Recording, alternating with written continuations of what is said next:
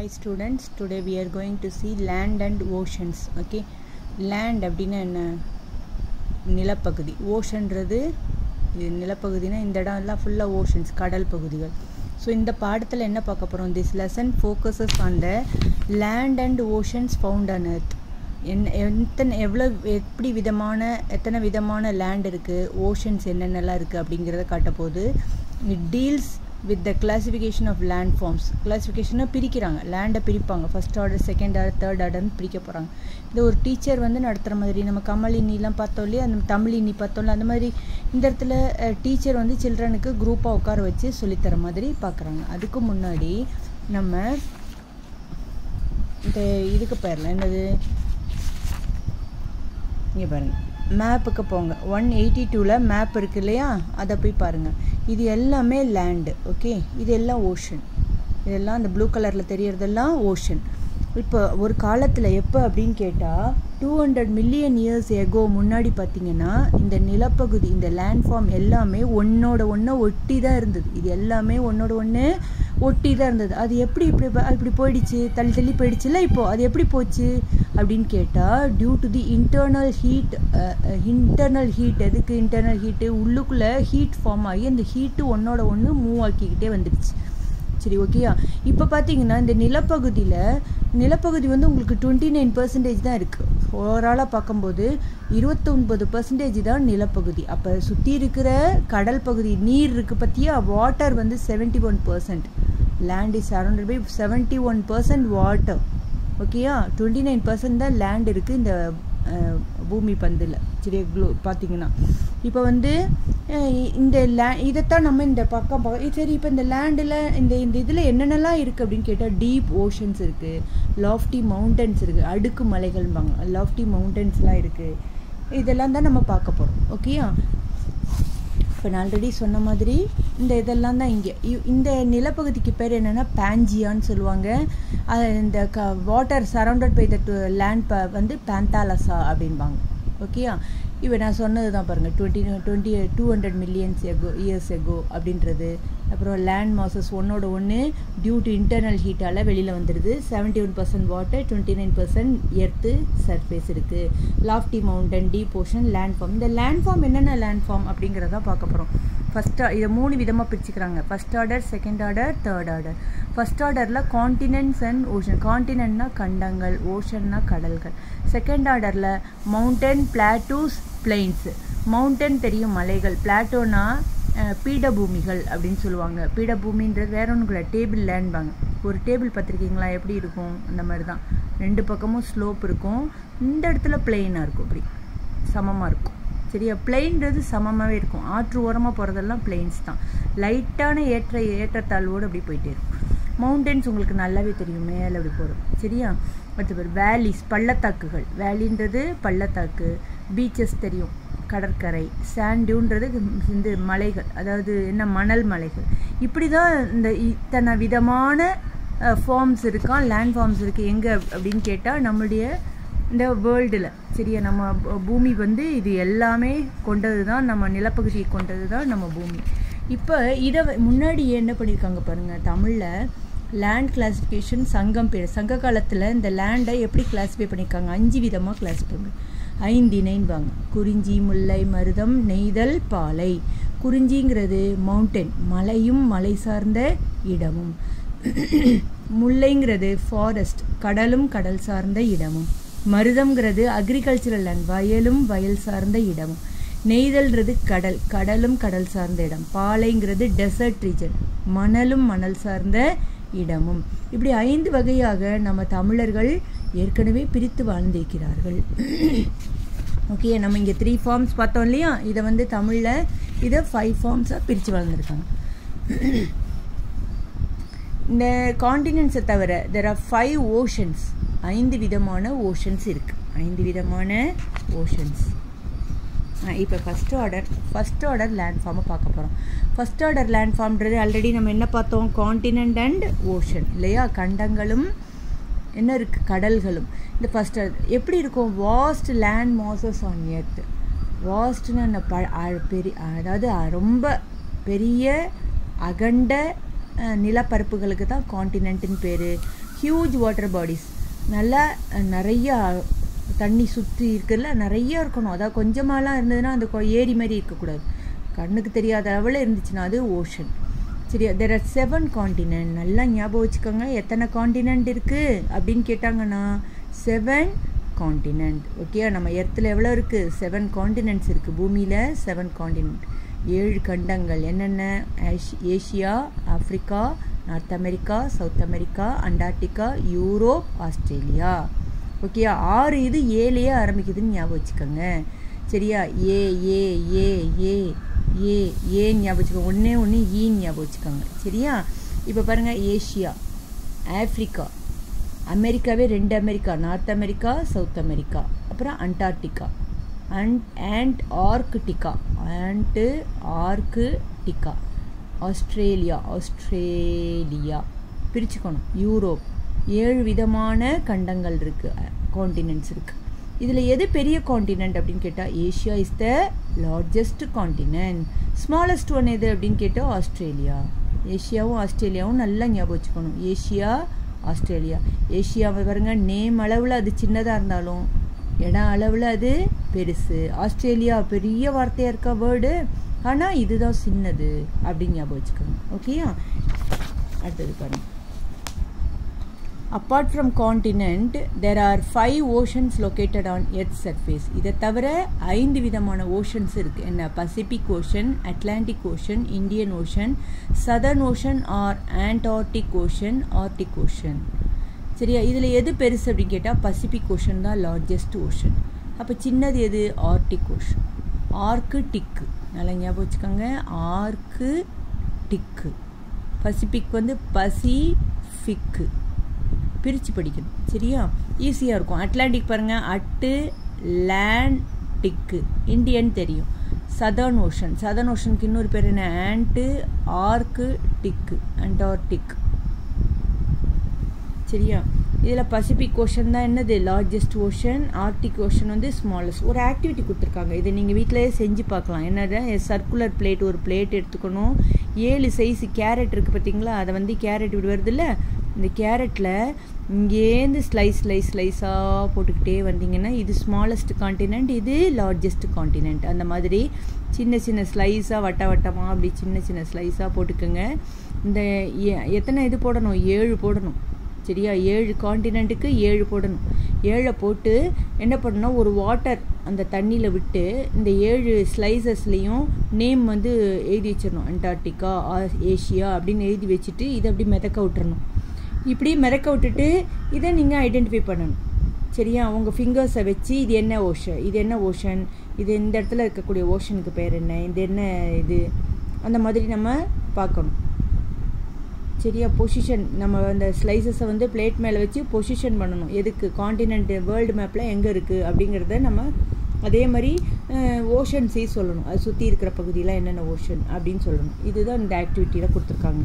அதுக்கப்புறம் பாருங்கள், இஸ்துமஸ் அப்படின்றது என்னென்னா a narrow strip of land which connect 2 large land masses or separate 2 large water bodies. 2 water பாடிஸை பிரிக்கக்கூடிய இடத்துக்கு பேர் தான் வந்து நேரோவாக இருக்கும். அந்த இதுக்கு பேர் தான் இஸ்துமஸ் அப்படின்னு சொல்லுவாங்க. உள்ளன்னு 2 லேண்ட் மாசஸை வந்து என்ன பண்ணுது? கனெக்ட் பண்ணக்கூடியது. லேண்ட் மாசஸ்னால் லேண்டுனா கனெக்ட் பண்ணும், வாட்டர்னால் பிரிக்கும். ஓகேயா? இப்போ பாருங்கள், செகண்ட் ஆர்டர். முதல்ல இப்போ புரிஞ்சு போச்சா? ஓஷன்ஸும் காண்டினென்ட்டும் பார்த்துரும். செகண்ட் ஆர்டரில் என்ன இருக்குது அப்படின்னு கேட்டால் மவுண்டன், பிளாட்டூஸ் அண்ட் பிளெயின்ஸ். சரியா? செகண்ட் பாருங்கள், மவுண்டன், பிளாட்டூ அவங்களே கொடுத்துருக்காங்க பாருங்கள். மவுண்டன் இது, பிளாட்டூ அதுக்கு அடுத்தது, மவுண்டனுக்கு கீழே அடுத்து வரக்கூடியது. பிளெயின்ஸுன்றது பாருங்கள் ரிவர் பக்கத்தில் வரக்கூடியது. அப்படியே பிளெயினாக இருக்கிறது தான் பிளெயின்ஸு. கொஞ்சம் டேபிள் மாதிரி கொஞ்சம் ஹைட்டு கொடுத்து இந்த இடத்துல சமமாக இருக்கும். இப்படி ஹைட்டு கொடுத்து இந்த இடம் சமமாக பிளெயினாக இருக்கும். சரியா? இதுக்கு பேர் தான் பிளாட்டூஸ். மவுண்டன்னா ஸ்டீப்பாக இருக்கும். இது வந்து மவுண்டன்றது இப்படி ஸ்டீப்பாக வந்து. ஓகே, இப்போ மவுண்டனை ஃபஸ்ட்டு பார்க்கலாம். மவுண்டன் பாருங்கள், மவுண்டன்னா எப்படி இருக்கணும் ஆக்சுவலாக அப்படின்னா லேண்டு லெவல்லேருந்து பார்த்தீங்கன்னா 600 மீட்டர் அபவ். இப்போ லேண்ட் இங்கே இருக்குது, கடல்லேருந்து இப்படி இருக்குது அப்படின்னு கேட்டால் இந்த நிலப்பகுதி இப்படி பிளெயின் வந்து கொஞ்சம் தான் ரைஸ் ஆகிருக்கும். பிளைன்ஸ் வந்து 200 மீட்டர்ஸ் தான் ரைஸ் ஆகிருக்கும்.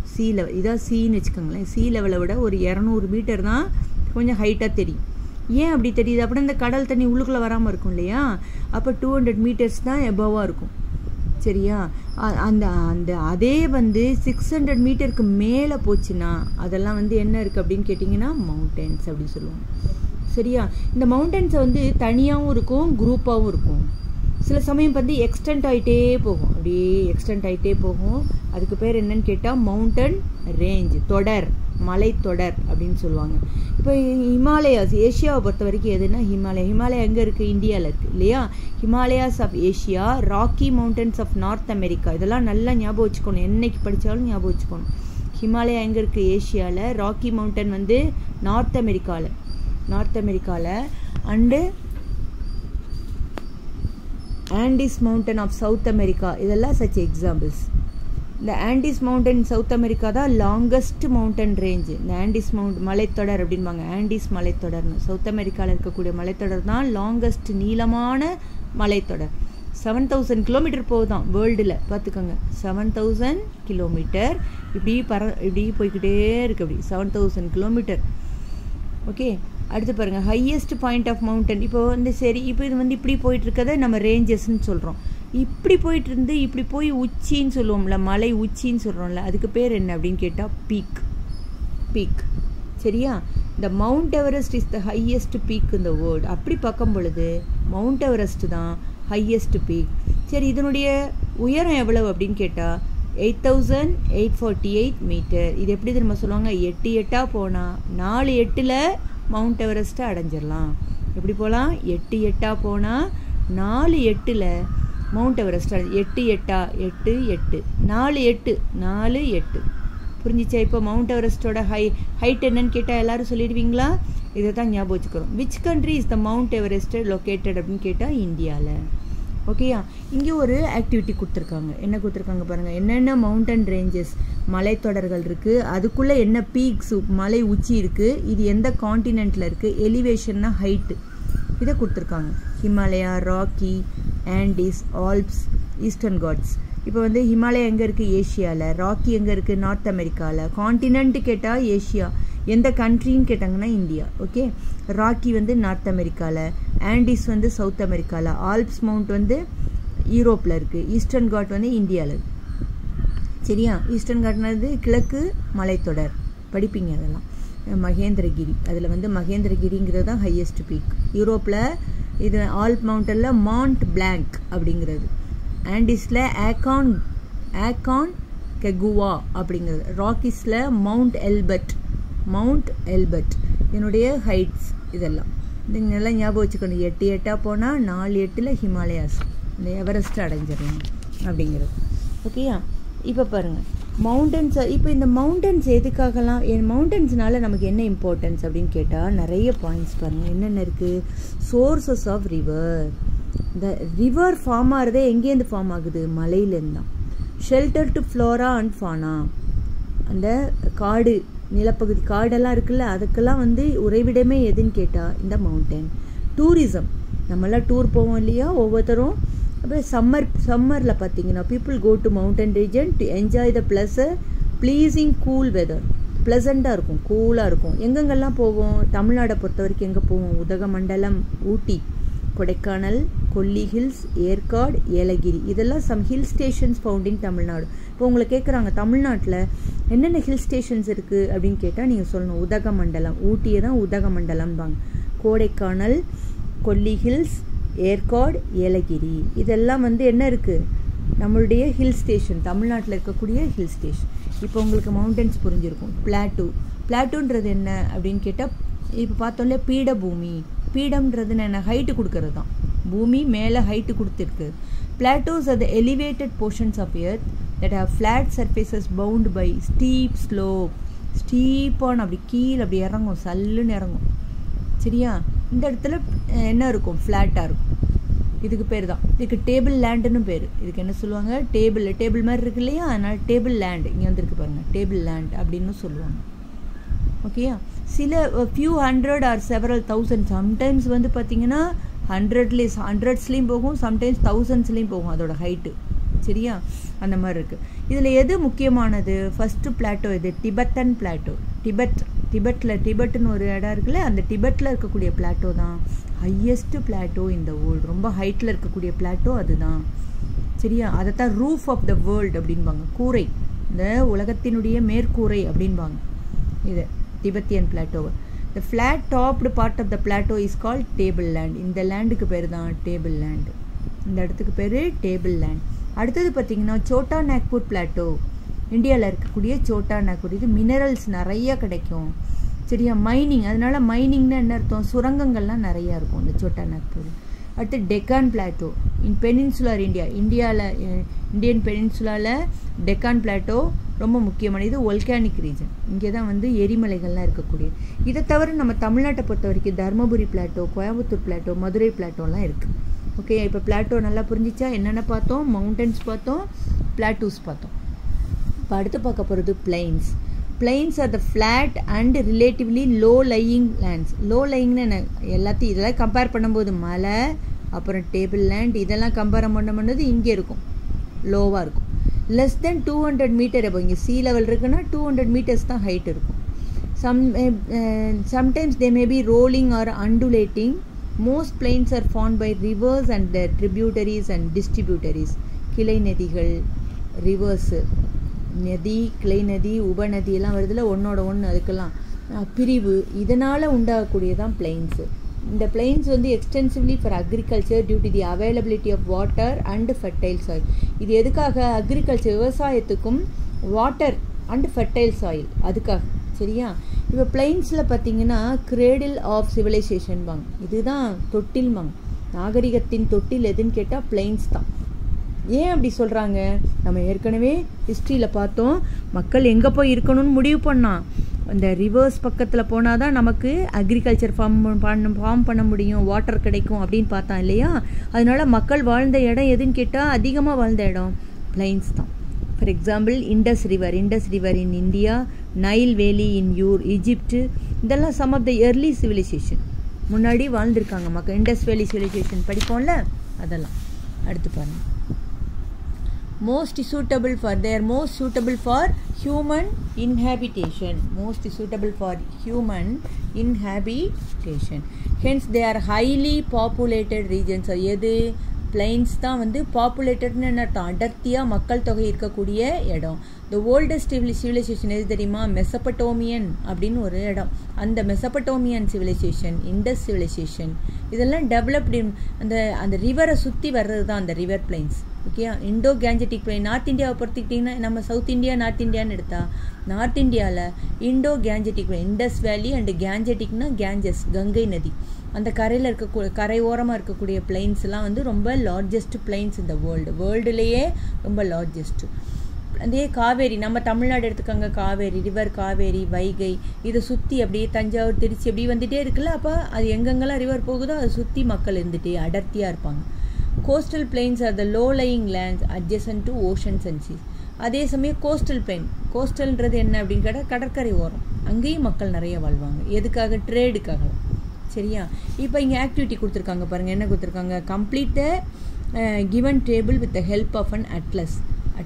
அட்லஸை வச்சு நீங்கள் என்ன பண்ண? அட்லஸ்ன்றது மேப் புக், அதை வச்சு நீங்கள் இதை கண்டுபிடிங்கன்றாங்க. காண்டினென்ட்டு, அங்கே இருக்கக்கூடிய பிளாட்டோ, அங்கே இருக்கக்கூடிய பிளைன்ஸ்.